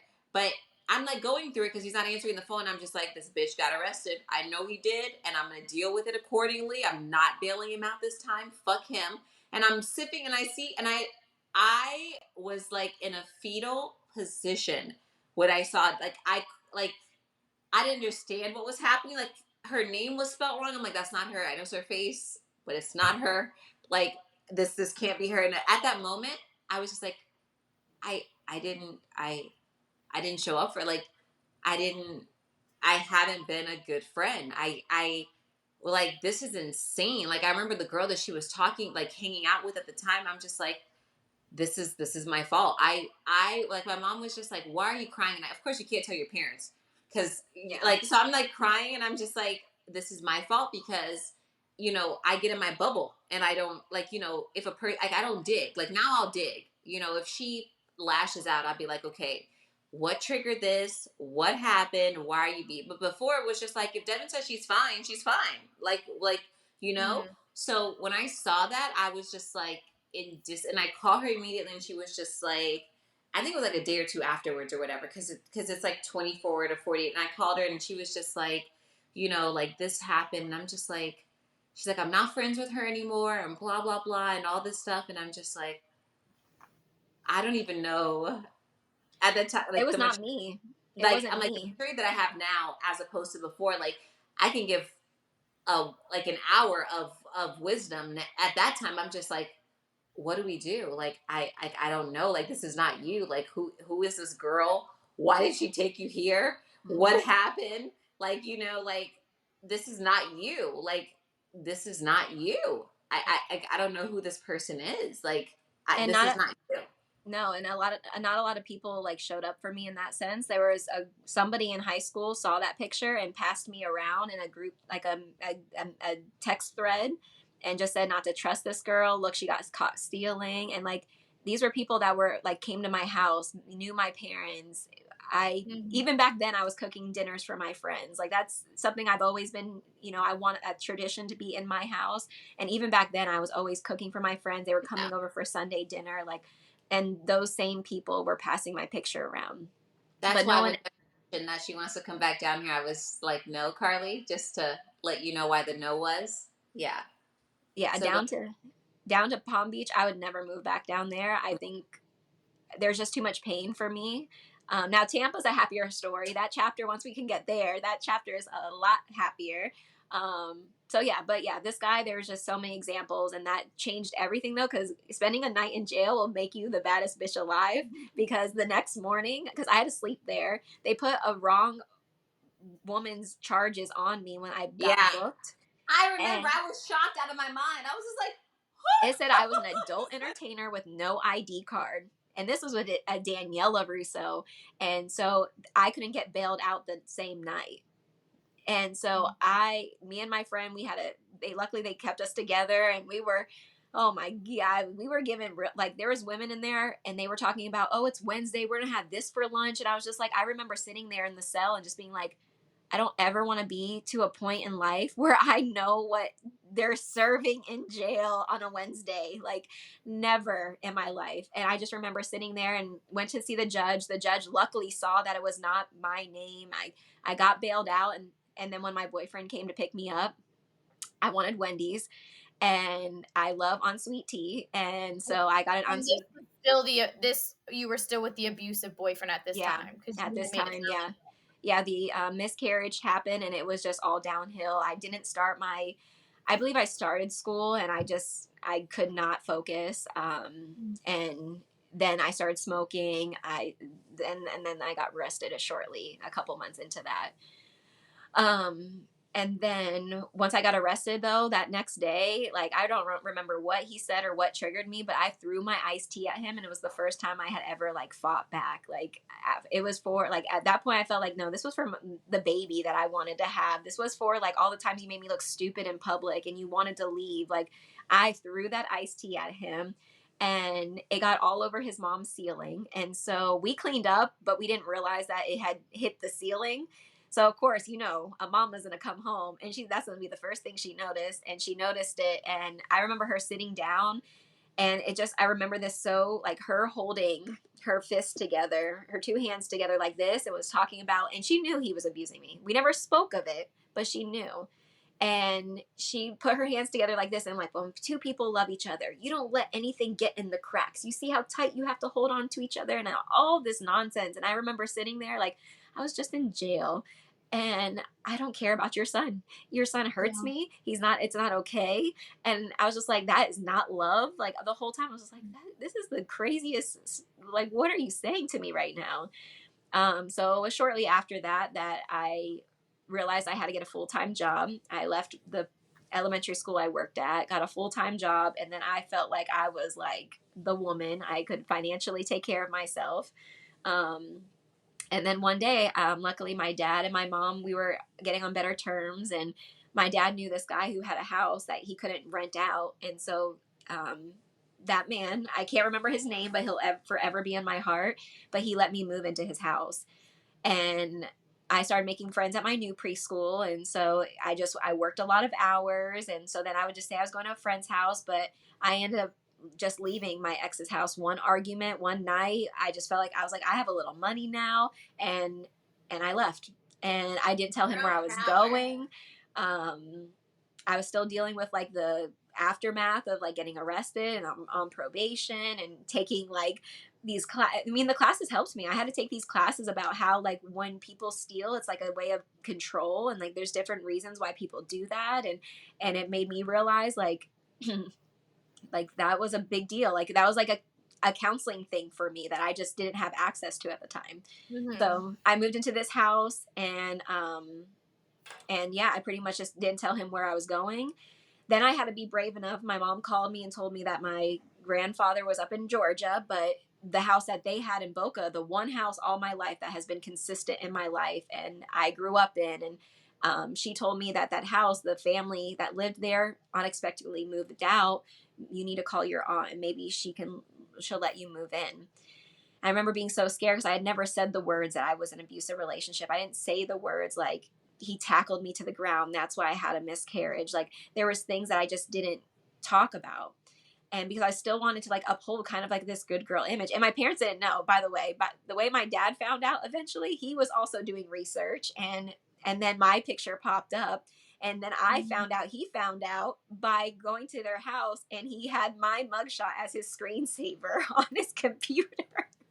Oh my God. I nearly pooped my pants. That is very Gary Russo fashion of telling. Yes. Jeez. Yeah, that is Gary Russo. Yes. So, yeah. So that wasn't until a little later, but I did have a very good conversation Jeez. with my aunt, and I was very open with her, and she right away, my grandfather right away, and my grandfather, this was my mother's dad. He was not a happy person later in his life. He was very grumpy. He was pop, and he was very scary. He just watched the Miami Dolphins and SVU, and he watched TV, and he didn't really interact with the children. But he was still funny. I mean, in his own grumpy old man way. But yeah, I remember just having this image of him my whole life, and then having to talk to him. What I didn't realize he saw in me, it was just so special. And especially after leaving an abusive relationship and him not knowing all these things I was going through, got on the phone with me and told me he has seen how hard I've always worked, that like he doesn't know any other young person that had, was willing to work like I was willing to work. And, he just wanted me to go to school. He's like, move into that house. He even said I could have a friend move in just so I wouldn't be alone in the house and I felt safe. And that as long as I went to school, don't worry. And you better believe now I had a full-time job. Now I was about to sign up for school. I went to the community college like the next day, signed up for classes, and life just started to feel a little bit more normal. Yeah. And so that was a really good feeling. I did meet a new guy at the preschool I worked at, and him and I really hit it off. And if it weren't for him, I probably would have stayed longer in that abusive relationship. Now I do feel bad for him. Did we have dinner with him or with Yes. somebody? Yes. It was with him. Yes. Okay. He brought me back to life. Like, he was the first healthy relationship I had. Like, we had a very mature relationship. We now lived in my grandma's house, and so all we did on the weekends, where we would go for bike rides, we'd do things around the house, we'd cook dinner, have people over. It felt very grown up. It was a very grown up relationship. We loved. By the way, that was the first time that Shannon shocked the living daylights out of me, by the way. I'm not going to say how. We had a good time, because then my brother did move in. Shannon, if you're watching. Shannon knows. And Ashley. And Ashley. Okay. But now, 12 years That's all later, I'll say on the matter. That's all luckily I'm they're say. Still together. But yeah, we had a lot of fun. I moved into my grandma's house, and my ex did finally find out that I lived there, and that was a whole other ordeal, because I felt like I was getting my life back. It was driving him crazy that he didn't know where I lived and where I moved to, and like, just he didn't feel like he had closure. And so finally I told him, I was just like, I'm at my grandma's house, like, I'm fine, like, don't worry about it, like, I'm good. I didn't think he was going to show up. Well, shortly after, I'm like on cloud 9, feeling like I just have like this is cool. And I'm living at my grandma's house. Like, I felt so safe, until he decided to show up at my grandma's house and just open the door as I'm cooking dinner with 2 friends, and comes in, and we hear the door open, and it's him. And I'm like, what are you doing here? And he was just like, we need to talk. You won't talk to me. You won't text me. And I was like, okay, let's just go outside. And my plan was, in my head, get him to go outside, and then I was going to close the door and lock him out. That was what was going to happen in my head. But then as we got closer and closer to the door, he, sorry guys, my phone's going dead. We got closer and closer to the door. He realized what my plan was. So then he started to drag me. Oh my God. Yes. So he realized my plan. He started to drag me, and then I was trying to like get him to not drag me, and so I'm pulling away. He keeps pulling on me. Then my roommate at the time, she hears what's going on, and she comes out of her room and realizes that he's fighting with me. I'm on the floor. He has my arms just gripped, like he's not letting go of me, and I'm like pushing getting my feet near the door, at the bottom of the door, to keep myself from going outside with him. And so my friend went and had to get a knife just to threaten him to get off of me. He makes it where we're just outside the front door. Well, he had a friend with him. His friend sees what's going on and gets out of the car, and he just thought he wanted to come to my house and talk to me. He didn't think that like he was going to do all of that. It was going to turn into this scene. So he leaves, but my other friend had already called the police. And so now the police are on their way. I have bruises all over me. Like, I wish I was there, Carly. Like, those are the seasons that I wish that I was probably, like, not probably, like, I wish I was, you know, because Devyn and I fluctuate in our seasons. Like, it's been 24 years of, yes, love, but like we've had our seasons where we were just like, we're both too much for each other right now. And I wish I knew that that was happening because, like, obviously, with my personality, I would not have allowed that to happen. I would have shot him first and asked questions later. But, and that's still on the table, young man, just by the way, just for the record. But it's just like, it breaks my heart when she tells me these things. I'm just like, oh my God. And mind you, I'm like, I'm a full city away. Like, I'm a hop and a skip away. If I knew that this guy was behaving this way, like, I would have hit him with my car. I was still the same, like, insane person that I am today.